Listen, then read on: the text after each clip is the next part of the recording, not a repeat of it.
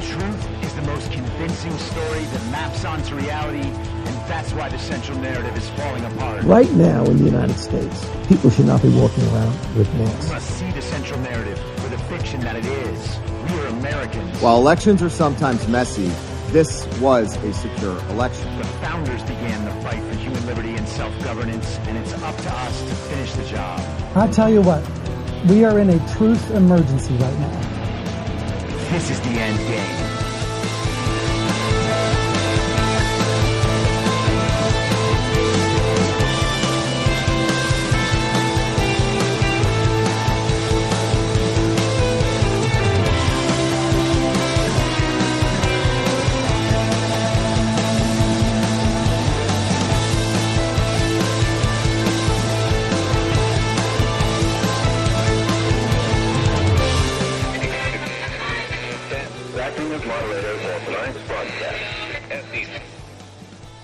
It's Tuesday, May 2nd, 2023, the 832nd day of dystopia.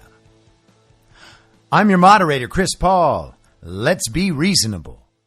A warm welcome and hello to all of you listening to the podcast on the day of its release. The only way to do that is by becoming a paid subscriber at imyourmoderator.substack.com. You can do so for as little as $50 a year or $5 a month. And in doing so, you will be supporting me, the work I do, and this show as it expands. And if you can't or you simply don't want to, continue listening to the podcast for free on a wide variety of podcast platforms and, of course, Rumble. All I ask is that you share it with your friends. You can find the links to the podcast, the writing, the social media, and the merch site by visiting linktree.com/I'm your moderator. So let's get started today. Let's set the tempo with a fairly fiery Twitter thread from Marjorie Taylor Greene. Here's what she said. Every American should understand our situation as it stands right now. You've all been trained to be loyal to political parties, just like you are loyal to a sports team. But for our country's very own survival, you must put down your mascot and see things clearly. We are $31 trillion in debt because of the politicians from both parties who have held power for decades and hold power right now. And these same politicians want a clean debt ceiling increase with no strings attached, so they can just keep insanely spending your hard-earned tax dollars until we fully collapse. We are on the brink of nuclear war from our involvement in the Ukraine-Russia war because of the politicians from both parties who have held power for decades and hold power right now. And the top guy in the free press got fired for talking about it because the owners of the media company support defending Ukraine's border and talk to Ukraine's president about it. Our border is out of control and invaded daily by thousands of people and deadly drugs because of the politicians from both parties who have held power for decades and hold power right now. But you're being told by everyone that Ukraine's border is the only border we must defend.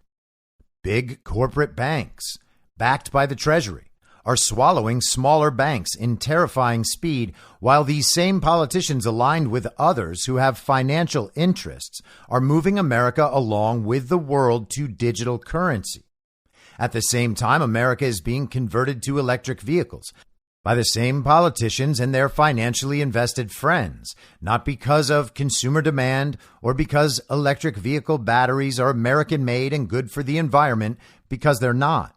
When everything is digital and electric, will Americans still blindly trust those same old politicians who wave their beloved political mascot as they hold the full power to turn off your bank account and power to drive and recharge and censor your ability to even speak about it if you go against the current thing? Corporate communism is a very real threat to individual freedoms and independence, and America is nearly fully controlled by it because of the same old politicians from both parties who have held power for decades and hold power right now. So while they are failing America by putting you $31 trillion in debt and now arrogantly demanding another debt ceiling increase while pretending to care about our border security, while our BPA are overwhelmed with over 22,000 border apprehensions and countless gotaways in the past 3 days, and Title 42 will be lifted May 11th, which will open our floodgates. They are drooling with bloodlust for their precious war against Russia in Ukraine, defending democracy, instead of responsibly brokering a peace deal between the two countries and using our military to defend our own border that is heavily controlled by the cartels.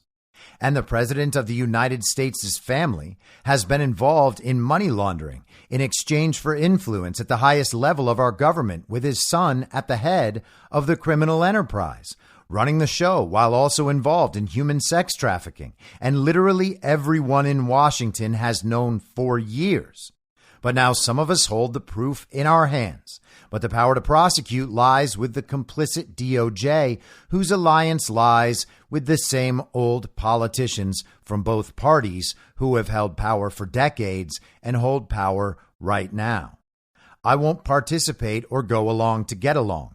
Washington has nothing to offer me, and clearly Washington has nothing to offer the American people either. That is an absolute banger of a statement from Marjorie Taylor Greene.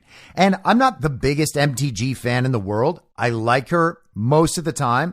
I like her a lot sometimes. And there are other times where I'm like, wait a second, what is MTG doing and why is she doing that? The truth is, I don't have to know the answer to all the questions that might ever arise. MTG is on the right side of pretty much everything. And statements like this can only be one thing. This is just anti-regime at its core. Now, is she some infiltrator? Might we eventually find out that she is just as deep cover can be? And all of this is part of a show where she gains people's trust and then leads them down a bad path? Well, sure, that could be true of absolutely anyone, but you have to look at people on balance and find out whether they are ultimately pushing the awakening forward or pushing the regime agenda forward. And it seems like pretty much all the time, MTG is doing the right thing. But what's really important about statements like this is that they are so comprehensive and they hit that theme over and over again. The old politicians who have held power for decades and continue to hold power right now. That is at the crux of all these issues. And that is one of the things that they really don't like having said to large audiences who are open to hearing that sort of thing because they're awake and aware about what's going on in their society. If everyone in the Republican Party was saying things like this every day, we'd be in a lot better shape. As you might imagine, statements like this upset people. Most of those people are actually not people. They're just bots on Twitter. But you can imagine what they're saying. This is all just one big conspiracy theory. You can't prove that all of these people who have been in politics for decades and are still in politics now are actually doing something together that might be causing these problems. It's impossible to prove. Even though they have been in power for decades, are still in power now, and all of these problems have developed while they've been in power. One of the craziest things about this entire period is people's hesitancy to believe that the most powerful people in the world are not constantly pursuing their own self-interests just because they always say that they're pursuing the good of everyone else, and it just so happens to line up with their self-interests and what gives them more power, more status, more wealth. People think they can't all be working together, even though they all know each other and have provably connected business interests and political interests and ideological interests, even though they occupy the same boards and think tanks, even though their money is invested in the same companies and projects. There's just no way they could all be doing it together. Even though global governance organizations like the World Economic Forum and the United Nations and the WHO and the EU and NATO and the IMF, and you can go on and on and on, even though they all write out their plans about what they're going to do and who they're going to do it with. And they have formalized agreements with all those people who all talk about what they're doing in coordination with these other groups. There's just no way they could be connected and working together and causing all of these problems.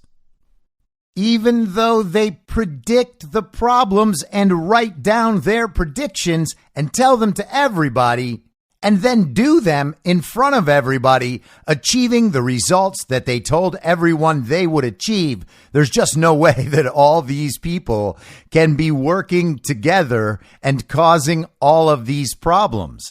Not while they're out there telling us that they're actually trying to fix all these problems for the sake of everyone, and they just happen to be benefiting in every imaginable way at the same time, including by implementing their ideological agenda that they are happy to express everywhere. It's really hard to believe, I know. The phrase conspiracy theory was literally created to make people sound insane if all they did was notice that the most powerful people in the world are in fact doing things together just like they say they're doing. You're crazy for ascribing intent to what you can see happening by the people who told you they were going to do it. The argument is basically just that their system is too complex for anyone to fully understand. Therefore, there is no system. And besides, everyone is just trying to do their best. If mistakes were made, it's not by them, and it's not because the mistakes were features and not bugs. It's because some random low-level person made a mistake. It's just human error. We've taken care of it. We're going to keep the system in place, and we promise next time it's going to fix everything. As long as you continue to give us more wealth and status and power to enable us to fix things, because we are going to fix things for you. So it's all a conspiracy theory. It's all crazy. There isn't systematic evil in our world. It's impossible to even conceive of. Evil people hardly even exist. That's what we're told, right? The pedophiles, it's just one creepy guy in a white van with lollipops. That's the pedophile problem. It exists almost nowhere. That's it, right?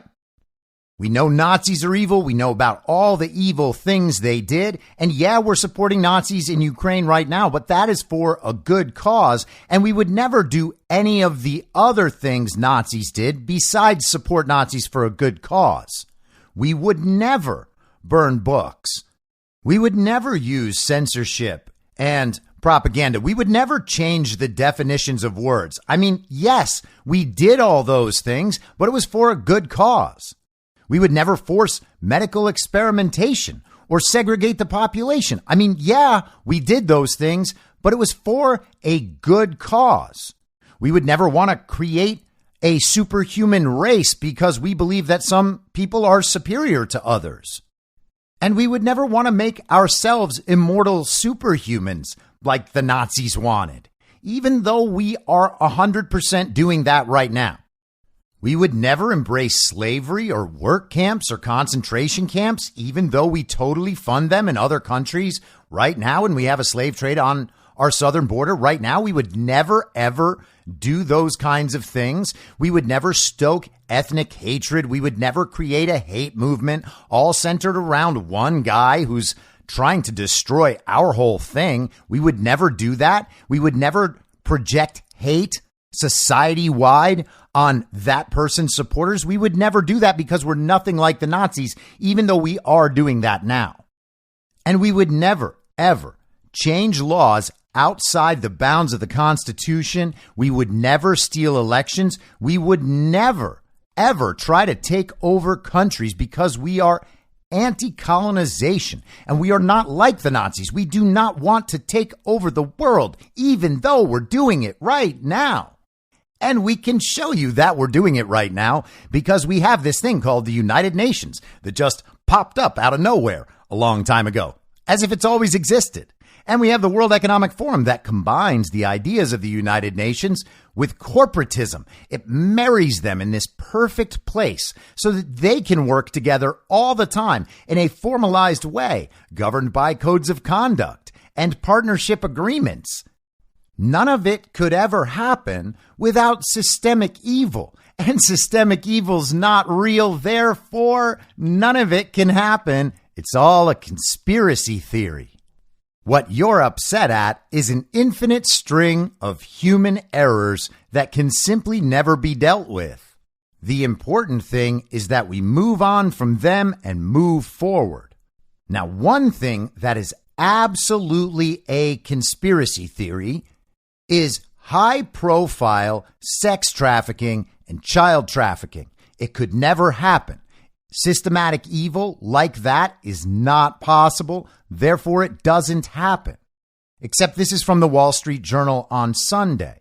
And it's important to understand, before we go through this, that the Wall Street Journal is not going after the power centers of the regime when they print something like this. It is at best a limited hangout in one way or another. It is down to be cover for something. Even if it's just the fact that they are forcing certain powerful figures to walk the plank while the rest are kept safe. This is the headline from Sunday. Epstein's private calendar reveals prominent names, including CIA chief Goldman's top lawyer. The nation's spy chief, a longtime college president, and top women in finance. The circle of people who associated with Jeffrey Epstein years after he was a convicted sex offender is wider than previously reported, according to a trove of documents that include his schedules. William Burns, director of the Central Intelligence Agency since 2021, had 3 meetings scheduled with Epstein in 2014 when he was Deputy Secretary of State, the documents show. They first met in Washington, and then Mr. Burns visited Epstein's townhouse in Manhattan. So William Burns, the current director of the CIA, was the Deputy Secretary of State under Barack Obama and Joe Biden in Obama's second term in 2014. And during that time, he was visiting with Jeffrey Epstein after Jeffrey Epstein was already a convicted pedophile. Catherine Rumler, a White House counsel under President Barack Obama, had dozens of meetings with Epstein in the years after her White House service and before she became a top lawyer at Goldman Sachs Group Incorporated in 2020. He also planned for her to join a 2015 trip to Paris and a 2017 visit to Epstein's private island in the Caribbean. That is Catherine Rumler, White House counsel under Barack Obama. Dan Bongino has spent a lot of time over the years on his show talking about Catherine Rumler, who he describes as Barack Obama's fixer. Barack Obama's fixer flying around the world with Jeffrey Epstein, or was at least scheduled to fly around the world with Jeffrey Epstein. Got to be accurate. I'm sure there's no way that could have ever happened. And now she's a top attorney at Goldman Sachs. But the point is, there's no way that any of this could ever happen because systematic evil does not exist and high-profile, powerful, political, and corporate figures around the world would never, ever be involved with a convicted pedophile. Leon Botstein, the president of Bard College, invited Epstein, who brought a group of young female guests to the campus. Noam Chomsky, a professor, author, and political activist, was scheduled to fly with Epstein to have dinner at Epstein's Manhattan townhouse in 2015. None of their names appear in Epstein's now public black book of contacts or in the public flight logs of passengers who traveled on his private jet. The documents show that Epstein arranged multiple meetings with each of them after he had served jail time in 2008 for a sex crime involving a teenage girl and was registered as a sex offender. The documents, which include thousands of pages of emails and schedules from 2013 to 2017, haven't previously been reported. The documents don't reveal the purpose of most of the meetings. The Wall Street Journal couldn't verify whether every scheduled meeting took place. Most of those people told the Journal they visited Epstein for reasons related to his wealth and connections. Several said they thought he had served his time and had rehabilitated himself. Mr. Botstein said he was trying to get Epstein to donate to his school. Mr. Chomsky said he and Epstein discussed political and academic topics. So you gotta understand that it's okay to hang out with a convicted pedophile as long as you have financial or intellectual interests that intersect with the convicted pedophile. And it's always good to remember that moral relativism is a necessity in all situations. Otherwise, you might eventually consider that these people are part of systematic evil and that they might be inclined to support systematic evil if, for instance, they were profiting from it, as they just said. Now, this article is a bit long, and we can't focus on everybody or else this will take up the entire show.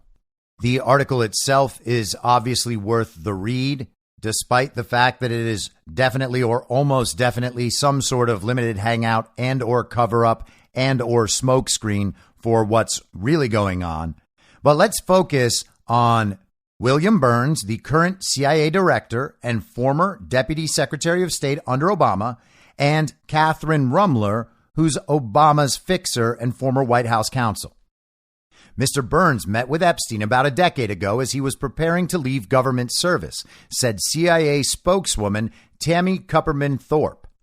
The director did not know anything about him other than that he was introduced as an expert in the financial services sector and offered general advice on transition to the private sector, she said. They had no relationship. So the former Deputy Secretary of State under Obama, who is now the CIA director, did not know who Jeffrey Epstein was besides his financial genius. In 2014, years after Epstein had been convicted, and everyone knew he had been convicted. Ms. Rumler had a professional relationship with Epstein in connection with her role at law firm Latham & Watkins, and we've talked about them plenty of times. Very high-profile, high-powered Washington law firm. She didn't travel with him, a Goldman Sachs spokesman said. Epstein introduced her to potential legal clients, such as Microsoft Corporation co-founder Bill Gates. So Catherine Rumler, Obama's fixer, was set up with Bill Gates by Jeffrey Epstein. But it's important to remember that none of this could be bad because they had financial or intellectual interests to discuss. And when you understand how important that is, then really Jeffrey Epstein is just like Hannibal Lecter, and Catherine Rumler is like Agent Starling. Yes, he's a bad guy, but I've got to talk to him and find out what he knows in order to save everyone from a gender non-binary serial killer. Except, of course, this is nothing like that, and there's no way that they were doing it for some higher good. They've told you, hey, it's just business. We're just having intellectual conversations. There's nothing going on here.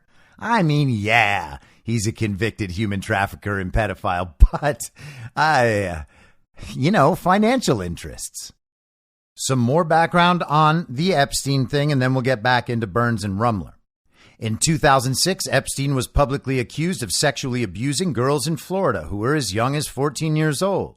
The FBI and police investigated, and Epstein reached a deal with prosecutors in 2008. He avoided federal charges and pleaded guilty to soliciting and procuring a minor for prostitution. He registered as a sex offender and served about 13 months in a work release program, so he could basically just do whatever he wanted. Epstein's case generated waves of media coverage at the time, with publications in the U.S. and abroad reporting on accusations from underage girls and women. In 2006, several politicians returned donations from Epstein. Some associates moved to distance themselves from him. His biggest known client, retail billionaire Leslie Wexner, later said he cut ties in 2007. And Les Wexner, by the way, is the guy who started Victoria's Secret and Abercrombie and Fitch and Bath and Body Works and some other brands. It's funny that they don't mention any of that. He's just a retail billionaire. You wouldn't want to hurt the brands. Skipping down again.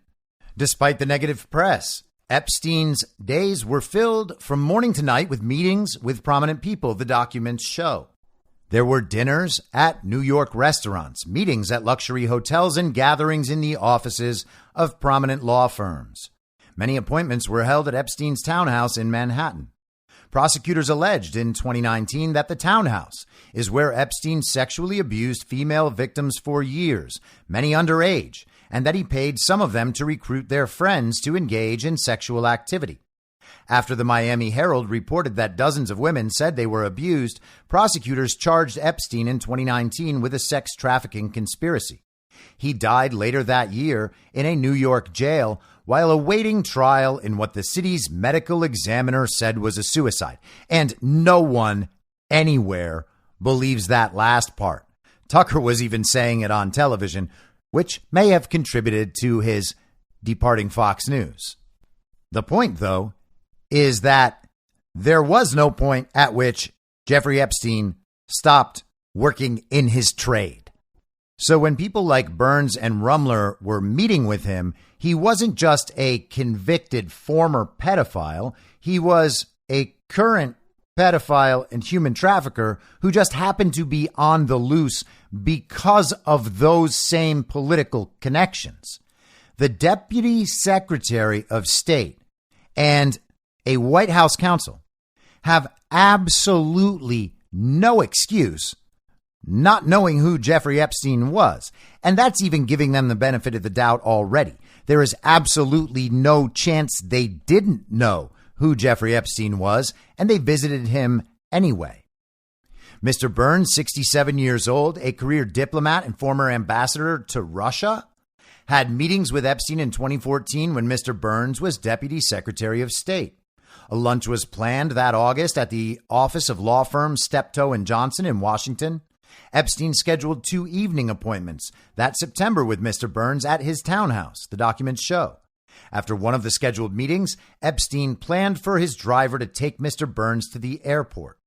Mr. Burns recalls being introduced in Washington by a mutual friend and meeting Epstein once briefly in New York, said Mrs. Thorpe. The director does not recall any further contact, including receiving a ride to the airport, she said. The following month, October 2014, Mr. Burns stepped down from his role at the State Department to serve as president of the Carnegie Endowment for International Peace, a think tank. He ran the Carnegie Endowment until he was nominated in early 2021 by President Biden to serve as CIA director. So he goes to an incredibly cushy position just after meeting Epstein and remains in that position, working for prominent globalists and philanthropists, the very best people of all, until he was chosen by the illegitimate president to direct the CIA. The documents show that Epstein appeared to know some of his guests well. He asked for avocado sushi rolls to be on hand when meeting with Ms. Rumler, according to the documents.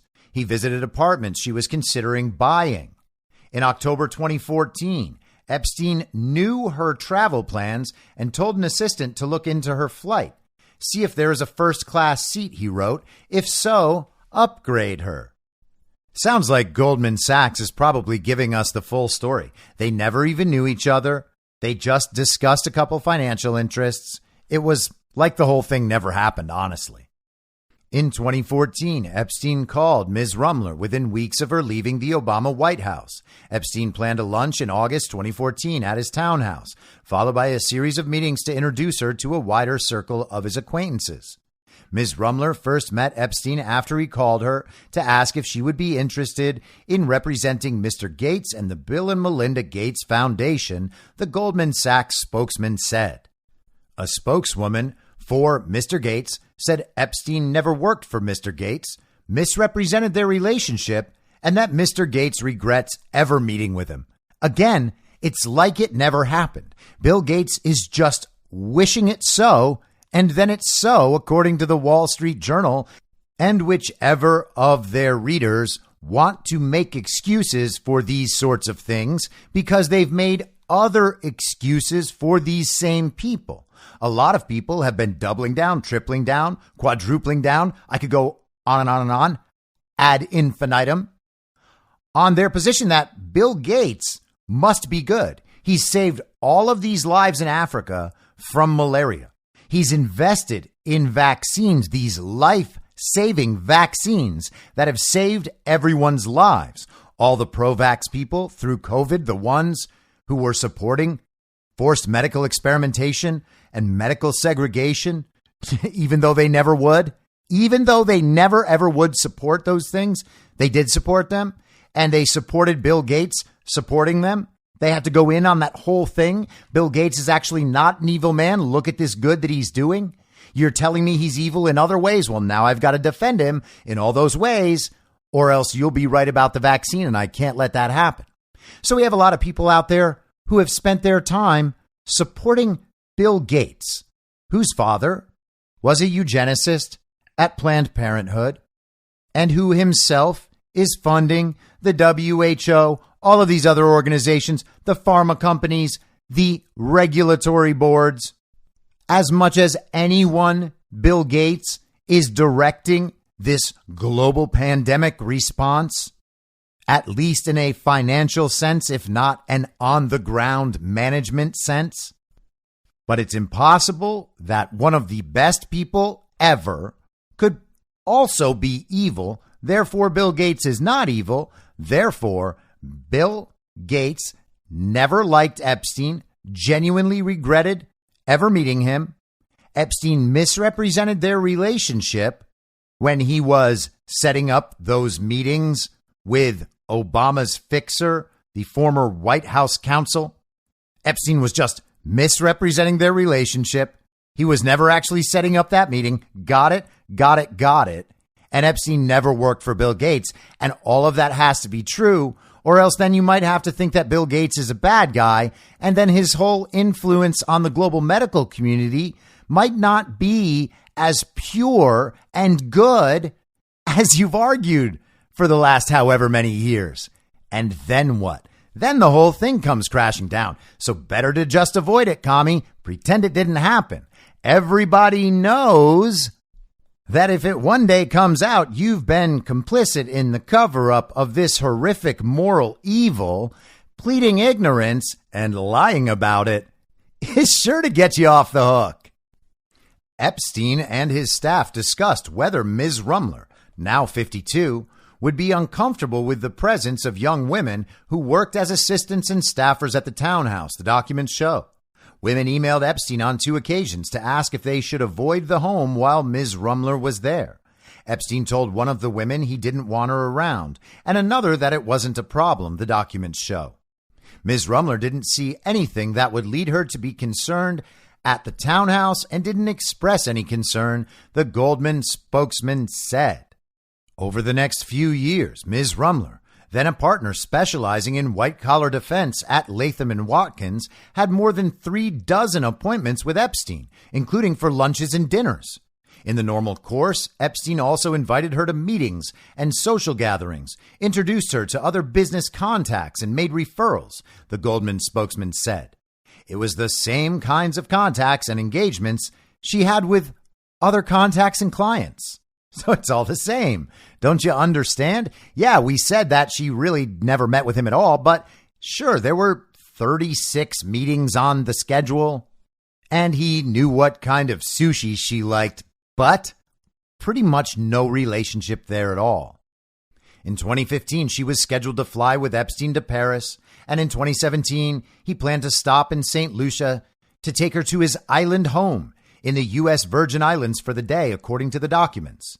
Ms. Rumler never visited his island and, quote, never accepted an invitation or an opportunity to fly with Jeffrey Epstein anywhere, the Goldman spokesman said. In addition to her current role as general counsel at Goldman Sachs, Ms. Rumler is co-chair of its Reputational Risk Committee, which monitors business and client decisions for potential damage to the bank's image. Epstein also connected Ms. Rumler with Ariane de Rothschild, who is now chief executive of the Swiss private bank Edmond de Rothschild Group. The bank hired Ms. Rumler's law firm Latham & Watkins after the introduction to help with U.S. regulatory matters, according to the bank and Goldman spokesman. Ms. de Rothschild, who married into the famous banking family, had more than a dozen meetings with Epstein. He sought her help with staffing and furnishings, as well as discussed business deals with her, according to the documents.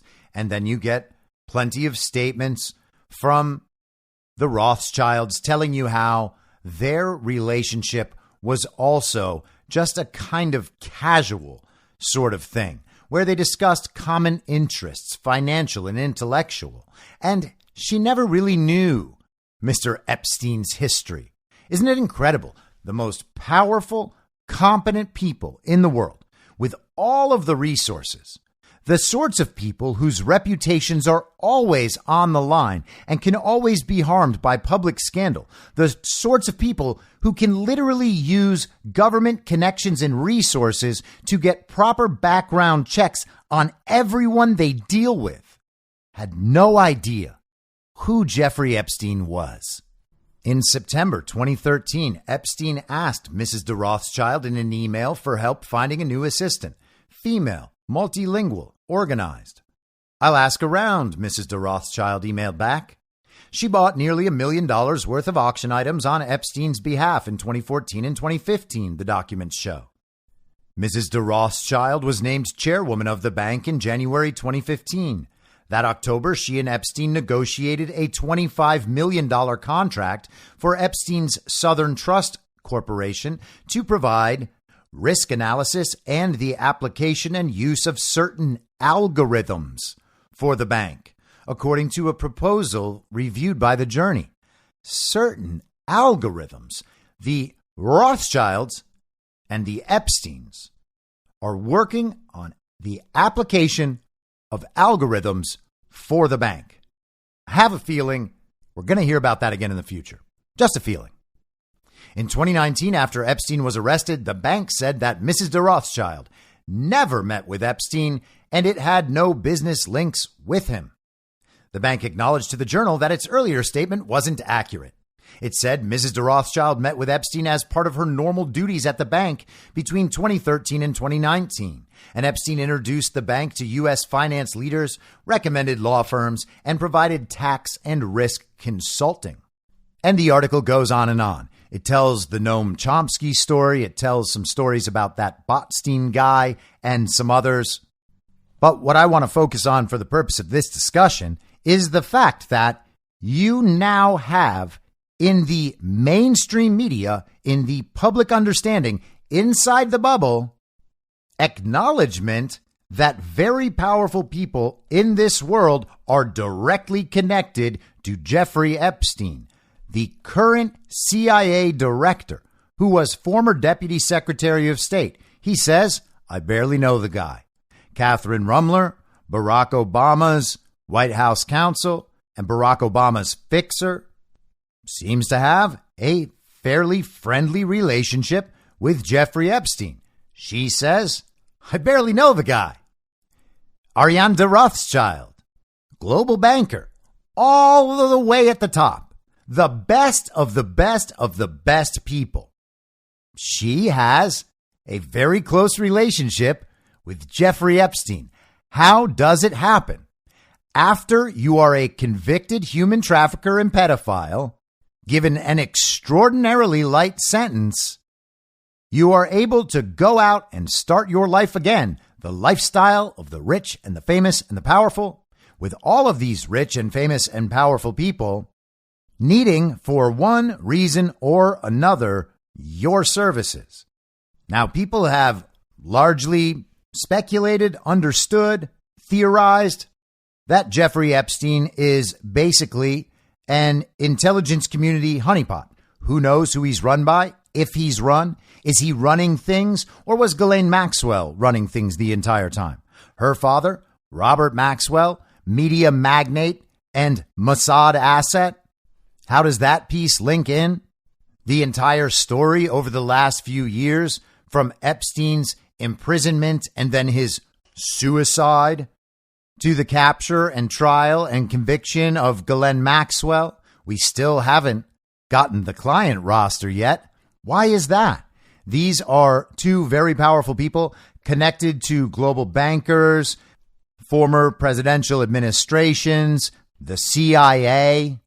Gosh, it's hard to understand why we haven't seen the client roster. They're the only two people, as many have said, to traffic women and children for sex to no one. So we have to assume that the Wall Street Journal publishes this either to send us off course completely or because disclosure has reached a level where it's better for them to put out a story like this and try to give people a story that they can feel at least sort of comfortable with in advance of stories that will be much, much worse, because people will have the idea that they're already knowledgeable about the subject matter. They actually don't need the new information. And at some point, they will tell themselves that going too far in blaming the people involved with all of this is itself a new conspiracy theory. And they're just saying conspiracy theory for anything that they're uncomfortable with thinking about or learning about or eventually accepting. Once they're able to tell themselves only the crazy people think this, then they don't have to pay attention to it anymore. So they'll hear about this article. They won't see any arrests around the world. They'll think, okay, well, the situation's bad, but if it was really bad, the government would do something about it. They wouldn't just let people like this get away with things if they had actually done something bad. This article says that most of these people barely even knew Jeffrey Epstein. And because they're all still walking around free. In fact, William Burns is the director of the CIA, and Catherine Rumler is at Goldman Sachs, and Ariane de Rothschild is still at the Rothschild Bank. If they were doing something bad, they wouldn't have those prominent positions. Therefore, it's not possible that they're doing something bad. So we can't know exactly why this story came out and why now, although it's probably at least a preview and an indicator that we're going to see more of this stuff in the future. But we have to assume that they are okay with us knowing this, and that's why they're telling us, which generally means there's a lot more that they're hiding so that we never know. And of course, the media, as always, is compliant in this, and people have figured that out now. This is from the Associated Press yesterday. Americans fault news media for dividing nation. When it comes to the news media and the impact it's having on democracy and political polarization in the United States, Americans are likelier to say it's doing more harm than good. Nearly 3/4 of U.S. adults say the news media is increasing political polarization in this country, and just under half say they have little to no trust in the media's ability to report the news fairly and accurately, according to a new survey from the Associated Press Nork Center for Public Affairs Research and Robert F. Kennedy Human Rights. And it's kind of funny that the AP doesn't call itself conspiracy theorists for working with an organization with Robert F. Kennedy's name on it, because his son, of course, is one of the biggest conspiracy theorists there is. The poll released before World Press Freedom Day on Wednesday shows Americans have significant concerns about misinformation and the role played by the media itself, along with politicians and social media companies in spreading it. But that many are also concerned about growing threats to journalists' safety. The news riles people up, said 53-year-old Barbara Jordan, a Democrat from Hutchinson, Kansas. Jordan said she now does her own online research instead of going by what she sees on the TV news. You're better off Googling something and learning about it. I trust the internet more than I do the TV. Well, hey, Barb, good call about not trusting the TV, but you gotta stop Googling things, because Google is literally designed to convince you that the story on TV is true. It's all the same story. Are you going to get more details on the story from Google? Sure you are. Are you going to hear the story in 20 different ways instead of just one By going on Google rather than watching the TV news? Sure you are.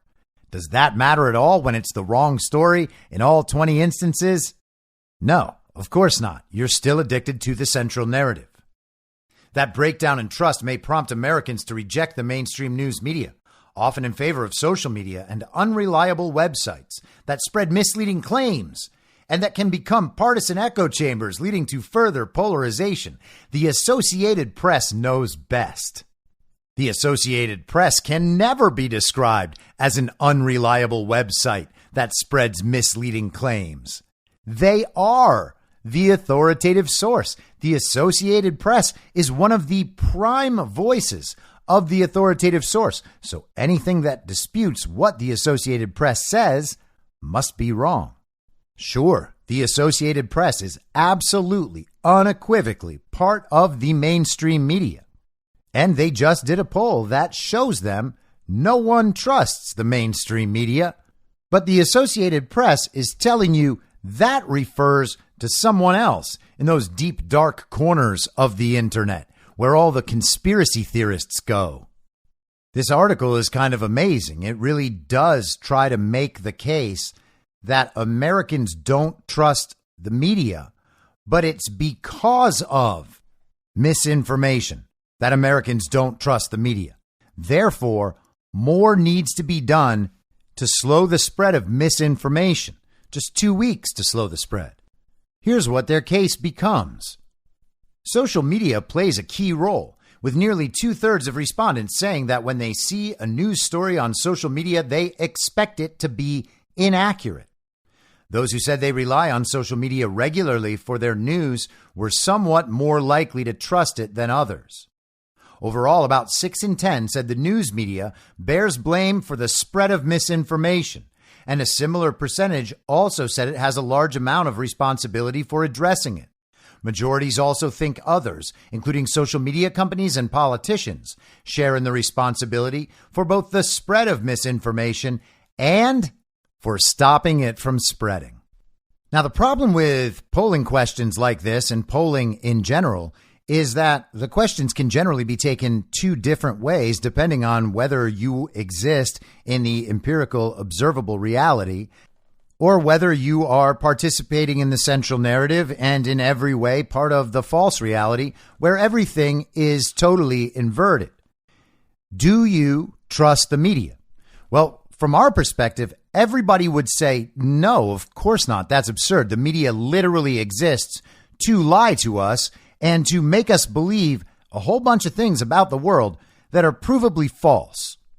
And once they've confused us and unmoored us from what actually exists, once we no longer have the capacity to observe reality because the meaning of everything has been twisted and inverted, and we have adopted all of that because of societal incentives and punishments, the social forces that play out at our workplace and in our relationships and in our families.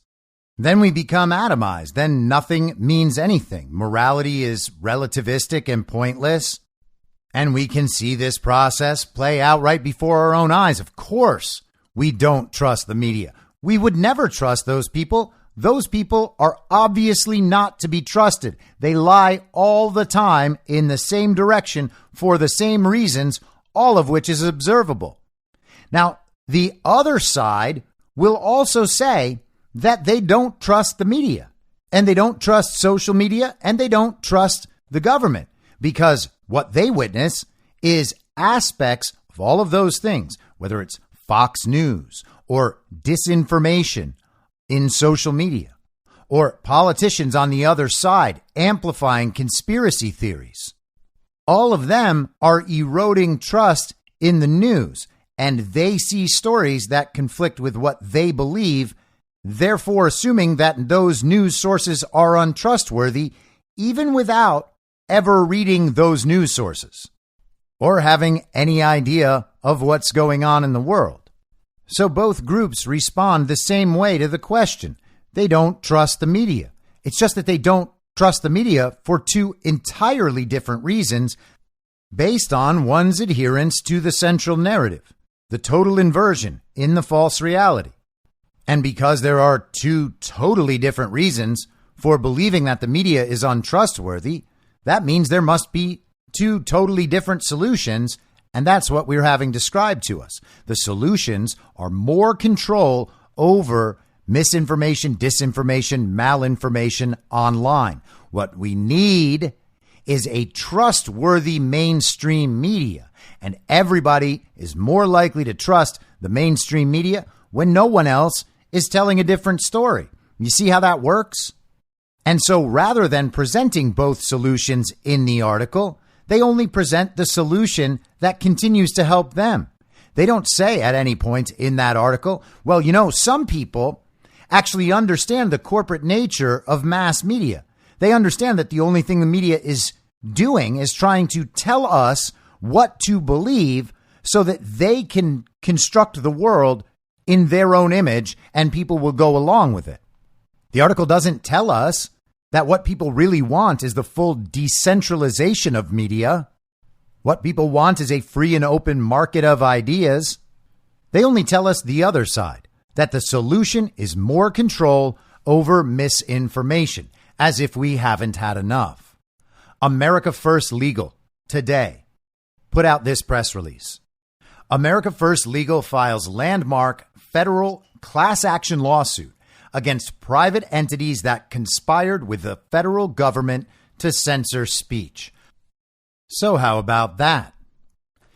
Today, America First Legal filed a federal class action against key persons and entities involved in the so-called Election Integrity Partnership and the Virality Project on behalf of Jill Hines, the co-director of Health Freedom Louisiana, and Jim Hoft, the founder of the popular news website The Gateway Pundit. Defendants include the Stanford Internet Observatory and its director and research manager Alex Stamos and Renee DiResta, Dr. Kate Starbird of the University of Washington, Graphica, and the Atlantic Research Council's Digital Forensics Lab. And so all of these people and entities have been mentioned over the past few months in the Twitter files, which, it's worth noting, become immediately good because they give people the context to understand this. The question we've been discussing now for months throughout the Twitter files is this a legitimate document dump onto these reporters who go through all the documents and figure out what the stories really are? Or is it a controlled info op, a release of this information through journalists who will be read and listened to by normal mainstream Americans who don't know much about any of this stuff due to, by the way, their own ignorance and laziness, it must be said? Or is it a limited hangout designed to protect Twitter and powerful people by giving out only a little bit of the story? I have said throughout much of that time that I believe that it is an info op, a controlled release of a prepackaged intelligence product, and that the release has a purpose. Most of the stories had to do with things that the public already had a baseline understanding of, and it's added a lot of detail to those stories. Now that all of that is present in the public mind, something like this moves forward based on that public understanding and driven by the fact that the public gets that there is really evidence and information underlying all of this. This isn't a conspiracy theory that was filed with the courts. This historic lawsuit alleges that these parties conspired with the federal government to conduct a mass surveillance and censorship operation targeting the political speech of millions of Americans on social media platforms like Facebook, YouTube, and Twitter under its prior ownership. This operation was specifically designed to target conservative political speech on questions of great public interest like election integrity, COVID-19 vaccines, and vaccine mandates. The scope of the surveillance and censorship cannot be overstated. The defendants admitted that during 2020, they surveilled a staggering 859 million posts on Twitter alone, and that they tracked for possible censorship almost 22 million tweets. Again, during 7 months in 2021, they tracked posts about COVID-19, with about 200 million engagements for possible censorship. Americans who dared to speak out against the woke liberal orthodoxy that has infiltrated every sector of corporate America would face the threat of censorship and deplatforming by big tech giants and these elusive surveillance organizations acting together with the federal government. And this is the key part that Americans really need to wake up and understand. Political speech has been curtailed in this country to the great detriment of everyone. And it was done in coordination with these private organizations, these non-governmental organizations, in direct partnership with the U.S. government. The U.S. government delegated to private organizations the censorship of American citizens' political speech in direct violation of the First Amendment. The government cannot delegate to other organizations that which they are not allowed to do themselves. And they have received cover for all of this because regime media continues to tell the American public that Section 230 protects all of these organizations. They claim that the government actually wasn't directing any of this, but that is provably false. That position's not even tenable anymore. If you've followed this show for any period of time, you know I don't believe that at all, and it was proven years ago. It's not even a discussion. The government works in coordination with outside organizations to censor the political speech of Americans in direct violation of the First Amendment. AFL's lawsuit alleges that this massive operation was concocted in collusion with government officials, including federal national security officials, to evade the First Amendment, all while shielding the government bureaucracy. If proven, this is an overt, intentional, and explosive violation of the Constitution at the hands of the government. Congratulations, America First Legal, for putting it so clearly. America First Legal has long led a fierce legal battle against the censorship and disinformation regime, filing multiple lawsuits and dozens of oversight investigations to hold bad actors and the government accountable for violating the First Amendment. The crusade we see against free speech in America, seemingly every day, is fundamentally antithetical to the country that our founders intended and rooted in a deep animosity toward the Constitution. The concept of a government by the people, for the people, has been inverted. The federal bureaucracy is not operating for the people. It is actively working against them with the help of weaponized private actors. It is time for accountability. So that's their press release, and they include a statement from America First Legal President Stephen Miller. Today, America First Legal is striking at the heart of the censorship industrial complex for our clients. We are filing a landmark class action lawsuit against the organizers and architects of an elaborate conspiracy to surveil and censor Americans to stop them from exercising their fundamental right to free speech, to silence, banish, and deprive them of the means to earn a living. These nonprofit disinformation organizations and the other defendants allegedly conspired with the government to deny Americans their inalienable rights, flagging content and creators for government entities so that those entities in turn would pressure platforms to remove that content or those creators. They created a regime of surveillance, censorship, and control fit for communist China. Under the Orwellian guise of policing mis- and disinformation, the organizations and entities we are suing today are responsible for radically eroding the rights and liberties upon which the survival of free society depends. We will fight to hold them liable in a court of law and seek full and complete justice for their victims. America First Legal will continue to lead the charge to rescue America from tyranny. And they attach the legal filing at the bottom. And so I know that people think things aren't happening or they're not happening fast enough. This is how things happen. We just have to accept that at this point. Things don't happen at the speed we want. It doesn't matter that powerful people know what's right and are in a position to change it. Things need to be changed by the book or else it won't stick. It won't work. There won't be buy-in from the American public. If you go too fast, you can create a civil war. And the counter to that, I do understand that the people saying this are saying it in good faith, but they would say, if it goes too slow, then we lose the country. And to that, I would say we haven't lost the country yet, and things are actually getting better over time. This stuff isn't subsiding. It's getting bigger, and it's happening more often, and it's going faster as the public begins to understand what's actually happening here.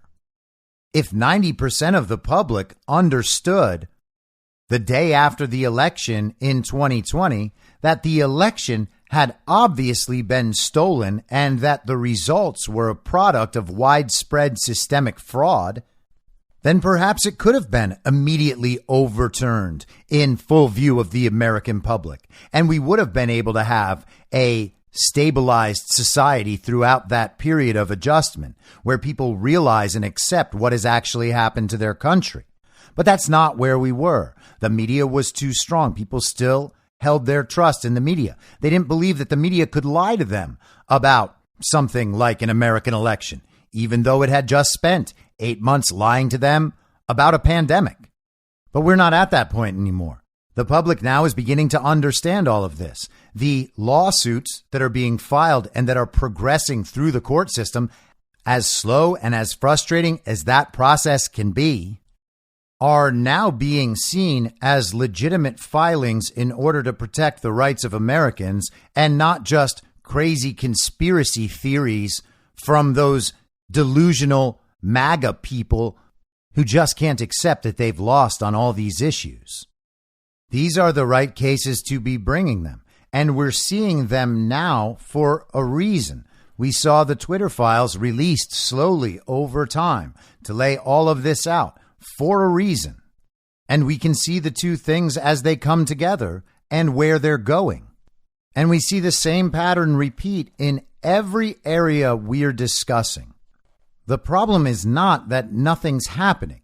The problem is that the mess is really, really big. The infiltration is really deep. The deep state is really powerful. The global regime has had control over all of this and has grown their control for a very long time. You can't just clean all that up in one fell swoop by appealing to the most powerful people. Donald Trump, please save us. Military, please save us. Those things can all be happening, but they just can't happen all at once without completely destabilizing society and without making extraordinarily important mistakes. And that's the thing you have to avoid if you want the solution to stick. This is the process by which that solution can actually stick. And that's why this process is the right process to pursue. It is everybody's own responsibility to look after their own lives and make sure that their own situations are taken care of. Their physical health, their mental health, their close personal relationships, their ability to be productive and earn a living. That's everyone's own responsibility to take care of. If you've got all of that squared away, well, then figure out a way that you can fight for your country and begin improving things in your own family, your own community, at the local level, and see where all that work takes you and takes the people in your community. Can you improve your community with your friends? Can you help people who are just waking up right now? Can you spread this truth out and make sure that people know how important it is to figure out ways to get involved? Things are happening at higher levels, but those things need to be done in certain ways in order to be most effective and in order for the solution to stick. You just have to take care of yourself and figure out what you can do from your position to help. And if everybody focuses on that, the rest does not need to be a concern because people are coming in our direction. They are joining the cause. Our reinforcements are inbound and their side is getting depleted at an unbelievable pace. There will come a time we will reach a point where the people on their side who have been making all of the noise about COVID and masks and lockdowns and George Floyd and how the election was so very safe and secure and whining about the insurrection and blah, blah, blah, blah, blah, all of that, those people are going to silence themselves because their positions become untenable. They become socially untenable to the point where the incentives no longer exist for them to continue to repeat the slogans in public. And they begin to feel social backlash for holding on to positions that are so stupid and ignorant that the rest of society has already moved on from. All the things they used to be able to say and garner social credit in social situations, well, saying those same things now becomes embarrassing and shameful. Like, you don't really believe that, do you? And at that point, all the defenses of the central narrative have fallen away. That's the point at which all of this can move forward with a very small risk of destabilizing society.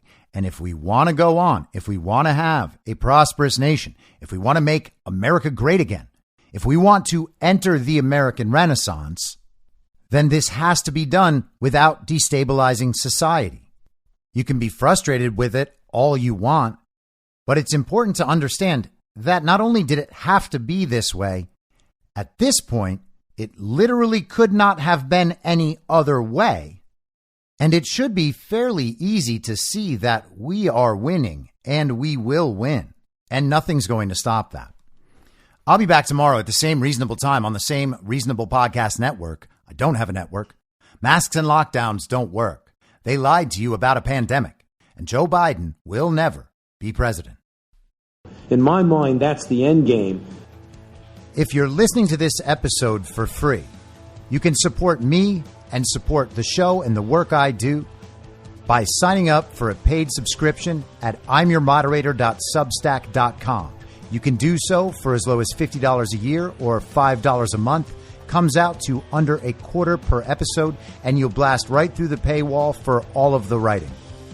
The merch store is www.cancelcouture.com, and you can find everything else by heading to Linktree. Linktree.com/I'm your moderator. And I'll see you soon out on the range.